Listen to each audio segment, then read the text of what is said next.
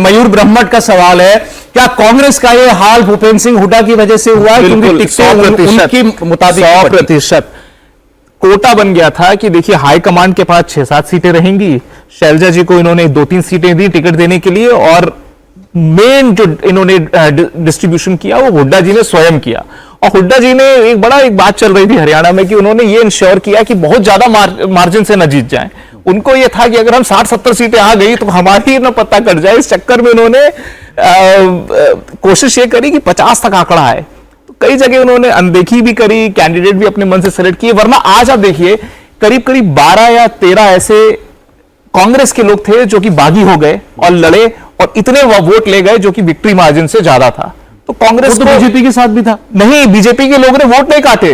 देखिए यहां पे ना यही हैंड्स ऑन अप्रोच की बात है। प्रधानमंत्री जब हिमाचल में कोई अगर बागी होता है तो उसको प्रधानमंत्री फोन करते हैं कि तुम संभल जाओ, हम तुम्हारी ध्यान रखेंगे। यहां पे कांग्रेस के बागी हो रहे हैं, उनको जाने दिया। तो इसका मतलब टिकट डिस्ट्रीब्यूशन गलत था कि आपको अंदाजा ही नहीं था कि सामने वाला इतना वोट काट सकता है। ओवर कॉन्फिडेंस था 100%। आम आदमी पार्टी से ना अलायंस करना, ये 2% आएगा वोट आम आदमी पार्टी की। मैं इतना वेटेज आम आदमी पार्टी को 1.79 हम इतना वेटेज नहीं दूंगा आम आदमी पार्टी तो उसी खाते। जेजेपी इज लेस देन 1%, आम आदमी party and INLD is below 2%। देखिए ये भी फिनोमेना हो रहा है कि जैसे तेलंगाना में भी देखा कि जो छोटी रीजनल पार्टियां हैं वो हाशिए पे आ रही हैं और is becoming Congress versus BJP in many states. तो ये भी एक देखने की बात है।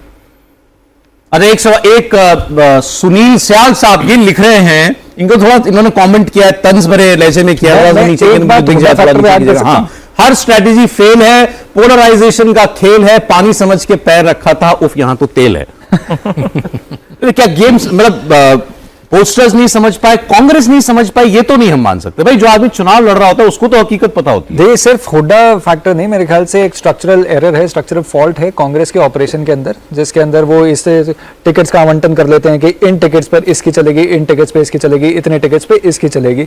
वैसे चुनाव नहीं लड़े जाते। रजत जी जैसे अभी स्टार्ट ही कर रहे थे रजत भाई आप, कि भाई पोलस्टर्स को ये समझना चाहिए कि हर एक टिकट पे, हर एक election at the end of the booth पे लड़ा जा रहा है। एक मेजर वेव हो सकती है, बट वेव के अलावा जो इलेक्शन लड़ा जाता है वो तब तक लड़ा जाता है जब तक व्यक्ति बूथ के अंदर चला नहीं जाता, वो वहां पे टी बजने का इंतजार नहीं करता। देखिए तब तक का एक चीज अर्जुन भाई मैं आपको बताता हूँ, 27% था कांग्रेस का वोट शेयर, 27 से 40 तक गया।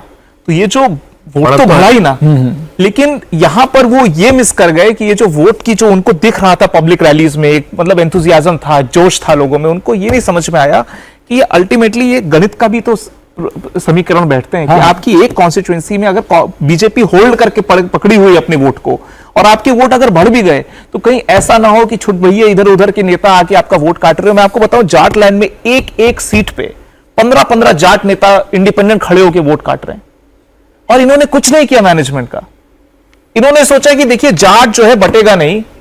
आप बताइए अर्जुन जी, आप तो उस समुदाय से भी हैं और आप तो एग्जैक्टली बता भी सकते हैं कि ऐसा एज्यूम कैसे कर लिया कि इनकी बपौती है जाट वोट।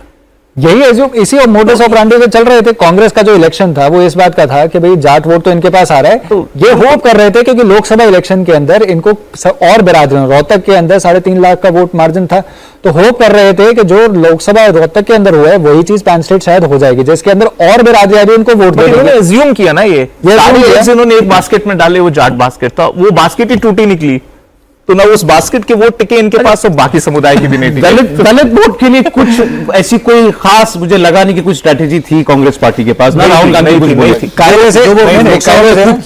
कायदे से पिछले 2-2.5 वर्षों से दीपेंद्र हुड्डा या भूपेंद्र हुड्डा इस बात का ट्राई जरूर कर रहे थे, अटेम्प्ट कर रहे थे कि जाट चमार वोट इकट्ठा हो जाए, जाट दलित वोट इकट्ठा हो जाए और वो एक खेमे में एक ब्लॉक के साथ अगर पड़ गया तो कांग्रेस अपनी कई जगह जीत सुनिश्चित कर लेगी, बट वो हो नहीं पाया। तो इसकी स्ट्रैटेजी के लिए तो उनको कुमारी शैलजा को बहुत स्टार्टिंग से साथ लाके किसी तरह से कोएग्जिस्ट कराना ही था दोनों को, हुड्डा को। लेकिन उस वक्त एक बड़ा नैरेटिव था, वो गले हाथ मिलवाया उन्होंने आर्टिफिशियल रूप से राहुल गांधी ने, बहुत देर में कराओ। उस वक्त हुड्डा को एक फियर आ गया कि भाई कुमारी शैलजा शायद मुख्यमंत्री बन सकती है अगर ज्यादा सीट आ जाती है, अगर ज्यादा सीट आ जाती है, अगर दिल्ली का से होता है तो वो जो फियर है उस वजह से कुमारी शैलजा एक हफ्ता कैंपेनिंग में आपको दिखी नहीं। और आप उस बिल्कुल सही है, नहीं डर था उनको बहुत सीरियस डर था हुड्डा जी को कि अगर इतनी सीटें आ गई, हाईकमांड के पास फ्री विल आ गया कि मैं तो जिसको चाहूं मुख्यमंत्री बना ये कहना है क्या ठीक होगा कि शैलजा जी की वजह से कुछ वोट कम रह गया, दलितों का वोट कम रह गया, उनका वो स्वे है क्या उस वोट पर? इतनी बड़ी वो नहीं है, नेता नहीं है, पर ये जरूर है कि इनफैक्ट तो है, मतलब एक छोटा बड़ा नैरेटिव जो चल रहा है लोगों के बीच में, बात तो आती है कि भाई दलित महिला, आप कह रहे हैं लड़की हूं, लड़ सकती हूं, महिला को आप पीछे कर रहे हैं, आप दलित की बात कर रहे हैं, दलित को आप कुछ बना। कर्नाटका का एग्जांपल लीजिए ना, अगर यही डीके शिव कुमार और सिद्धरमैया लड़ते ही रहे चुनाव भर तो जीत सकते हैं।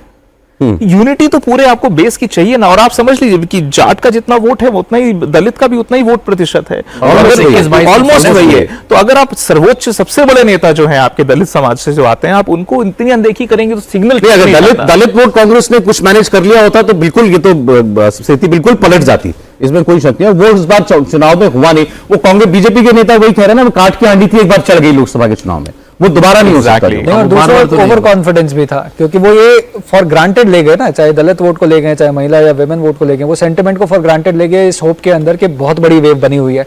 क्योंकि ये वेव ऐसा नहीं है कि भाई सिर्फ कांग्रेस एंटिसिपेट कर रही थी, कितने सारे पोलस्टर्स की जो हम बात कर रहे हैं वही ये सोच रहे थे कि 60 प्लस आएगा, 70 पर ले गए अपना। जिस दिन विनेश आई थी और उसको रिसीव करने दीपेंद्र जी गए थे और उन्होंने सोचा कि यहां से तो मैं पूरा माहौल चेंज कर लूंगा, एकदम बिल्कुल वेव इलेक्शन हो जाएगा, ये स्थिति आ गई कि विनेश जी कम से कम आधे राउंड्स तक तो वो खुद ही ट्रेल कर रही हैं। माहौल टीवी पे था भी जबरदस्त उनका उस वक्त। अब आप लोगों ने भी कवर किया कि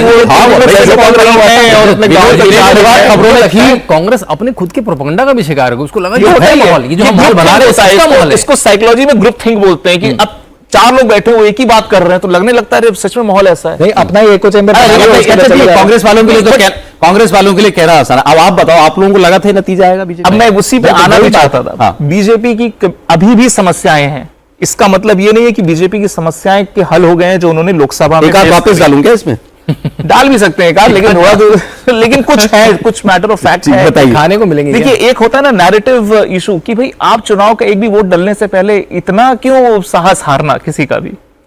यही 2-3 स्टेट्स में हो चुका है। छत्तीसगढ़ में भी जब एंट्री हुई थी कहीं से लगता ही नहीं था भूपेश बघेल हार सकते हैं। कर्नाटका में भी वो पहला वोट नहीं गिरा, अरे ये पे सीएम सरकार है, ये तो सीएम 40% से सीएम है वगैरह वगैरह करके माहौल बना दिया, जिसके यथार्थ में अगर आप देखिए दोनों पार्टीज का, बीजेपी का और कांग्रेस का neck and neck vote share था कर्नाटका में। तो ये जो प्रॉब्लम है नैरेटिव की कि वोट गिरने से पहले एक माहौल जो बन रहा है, जिन भी कारणों से बन रहा हो, उसको बीजेपी को अरेस्ट करने की जरूरत है, ताकि आने वाले स्टेट्स में, महाराष्ट्र वगैरह में, ये बिना मतलब माहौल की वजह से स्थिति खराब ना हो।